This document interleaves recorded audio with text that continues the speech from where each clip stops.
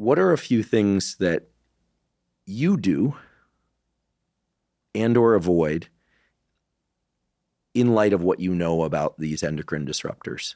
And by the way, it goes without saying that you're in spectacular cognitive and physical shape for any age, but it's really remarkable. I feel comfortable sharing this because someone else published it online recently. You are soon to enjoy your what birthday? 89th. 89th birthday. Amazing. And with all the talk about longevity, cognitive and physical longevity, everyone's thinking, including me, like, what does she do? Well, she avoids all these endocrine disruptors. And she has a wonderfully rich life of curiosity and other things. But yeah, what are some other things that you do and avoid in light of what you know, for which there may or may not be a controlled study, but I think we're all just curious. We'll frame this as what you do. So our water, I worry about the water. I studied water for a long time in my past life. So we actually distill our water. So we have a tabletop distiller. My husband, Steven, cleans it out. There's a lot of gunk in it, by the way. Even though it's San Francisco that has clean water, at the end of the day, after you've distilled the water, there's a lot of gunk. So you distill the water, so this is not reverse osmosis. No, distilling. Okay. Yeah. So it's steam distilled, and then it condenses in a glass container. And then we put that in glass containers in the fridge. And it tastes really good, by the way. Really, really. Somebody was just over and he said, this tastes like melted snow. I thought it was lovely. And you use that for drinking, for Everything. coffee, for tea, for cooking too. If you make rice, you're using distilled. Actually, no. But for ice cubes and, whenever I can think about it. We can't use too much because you'd be too busy. You always. Right. But he does it once a day. And it's just the two of us. So water is important. We try to leave our shoes at the door. Tell me about that one.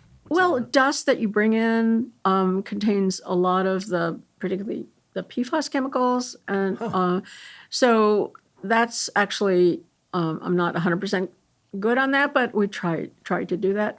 And I'm careful with the products I put on my face. I check them out the way I suggested, environmental working group. And I go to the farmer's market. I always buy organic.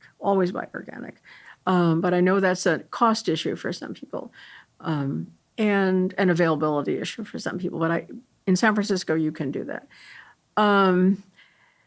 Some areas where I don't do more of what I should, I think, I'm starting to be aware of the chemicals in clothing.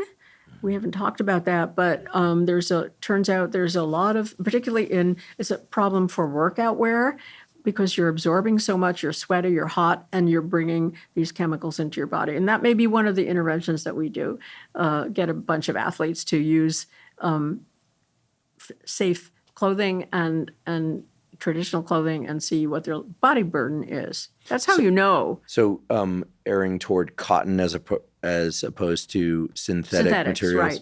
Right. And the dyes are important. So you want maybe plant-based dyes. It's not my area of expertise. I have a colleague who I work with on this, and I'll go with her advice. But I'm just saying that's another area that I think people will soon be paying attention to. There's also the area that is much more difficult, which is what's in building materials and furniture. But a lot of these PFAS and the flame retardants are in our furniture and in our building materials, and trying to think about how to build. I was asked about safety in a new village that's being built in California, by the way. And it's really challenging to think about if you were going to do this right and you were going to build a town that was toxic-free, how would you do that? I'm thinking about that. Mm-hmm. I'm thinking about the opener of The Simpsons and doing the exact opposite, where like in the opener of The Simpsons, there's like a three-eyed fish and there's the chemical plant. And I'm just thinking, you just look at the opener of The Simpsons, you do the inverse of everything that's there. The inverse of everything that's there, including alcohol intake, which is robust on The Simpsons. Yeah, right. But interesting. So, and when it comes to food sourcing, but non-fruit, non-vegetable food sourcing, is there anything we can do? I mean, it's so hard for people to get eggs from farms. I mean, you can if you go to a farmer's market, but this stuff can get pretty tricky, pretty expensive.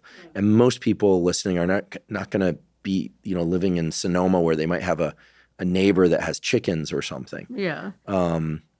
It's a hard problem. It is a hard problem. And I think maybe people asking for it more would help. I don't know. I mean, in San Francisco, I'm lucky because I can just get, just on the phone, Fresh Direct, order and I know it's okay. But I know that's not the case everywhere. So I think being aware, honestly, is a really big step. If you're aware that this is something you want to change, you will find ways to change it. It's interesting because a few years back, there was a lot of discussion about dyes in children's toys, in particular toys from overseas. Right? Remember, kids are not, babies are always gnawing on stuff and teething. And there was a lot of attention like, hey, like what's in these Sippy-Cups? And my understanding is toys and Sippy-Cups. And my understanding is that BPAs were banned from Sippy-Cups. Phthalates. Phthalates, excuse me. Based on my work. Based on your work. Thank you so much. Thank you for the clarification, truly, and for the work that led to that. We know that baby skin is more absorbent than older skin. We know, and so there are literally laws in place and restrictions in place to make sure that some of this stuff is minimized in young kids. But then we sort of, after age 12, we're kind of like, okay, well, it's a free for all. It depends on your budget, where you go, and so we can't rely on governing bodies to do this. But I think it's a useful conversation, especially given your relationship to Scandinavia, which is a fun one to elaborate on, to illustrate some of the discrepancy between the U.S. and Europe. What sorts of chemicals are banned in Europe, in food, in lotions, et cetera, that you're aware of that are prominent here in the U.S.?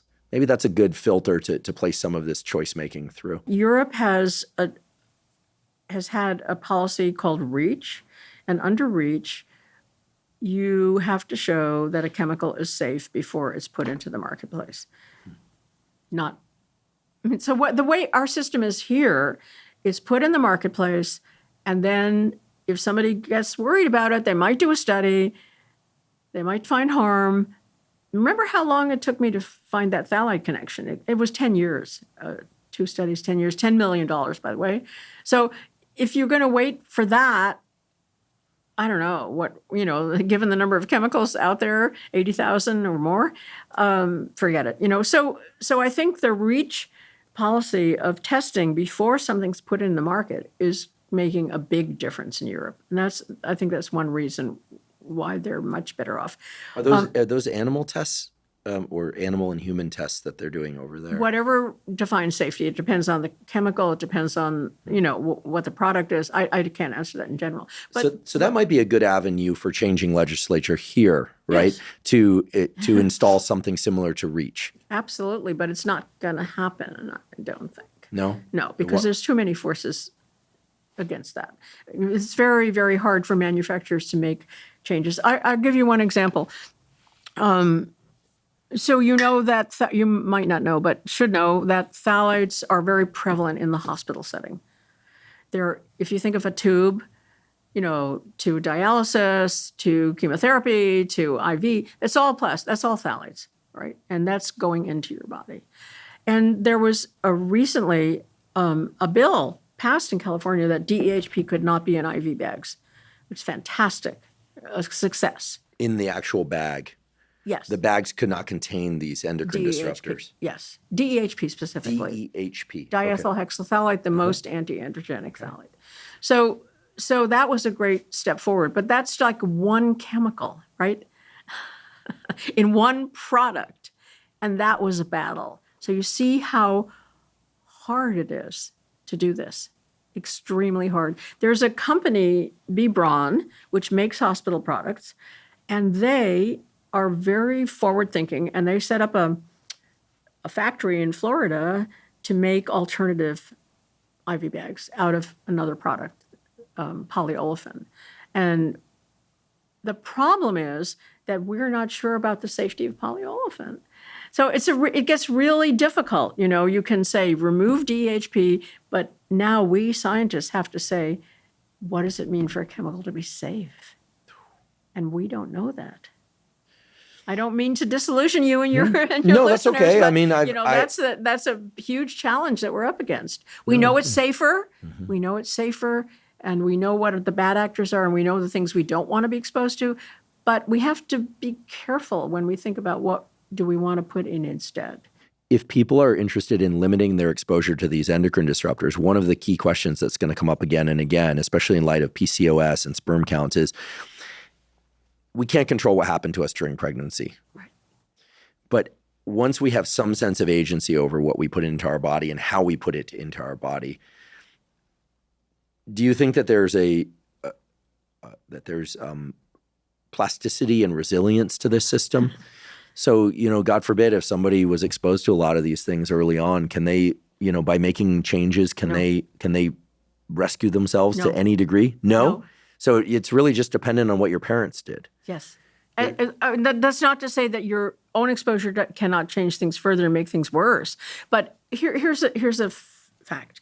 If a male's mother smokes when he's in the womb, then he has this is a Danish study, by the way, 50% reduction in sperm count. If his mother smoked while he was in the womb, how much smoking are we talking? I don't know. Okay. I don't remember. But the reason I bring this up is because there's nothing he can do to change that. Okay? If he smokes as an adult, he has, I think, a similar reduction in his sperm count. He can stop and his sperm will be restored. He can get his sperm health back. But whatever happened in the womb stays in the womb, if you will. So it's developmental. It's not going to, it's going to be there for life. And that's true for the brain as well. So I think anybody who's thinking of conceiving a pregnancy or pregnant has a responsibility to really learn how to reduce their exposure, because these things are, by the way, passed on for several generations. It's your child and your child's child, because the germ cells for your grandchild are going to be carried within your child. So germ cells are not germs as in infectious germs. Right. It's the cells that will produce the egg and sperm. Right. That germinate. Yeah. Hence the word germ. Right. So it's a huge responsibility. And I think people should take it very seriously, that they have, they're going to be affecting the health of subsequent generations. Some labs say it's 7 generations. I don't know if that's true, but certainly 3 generations.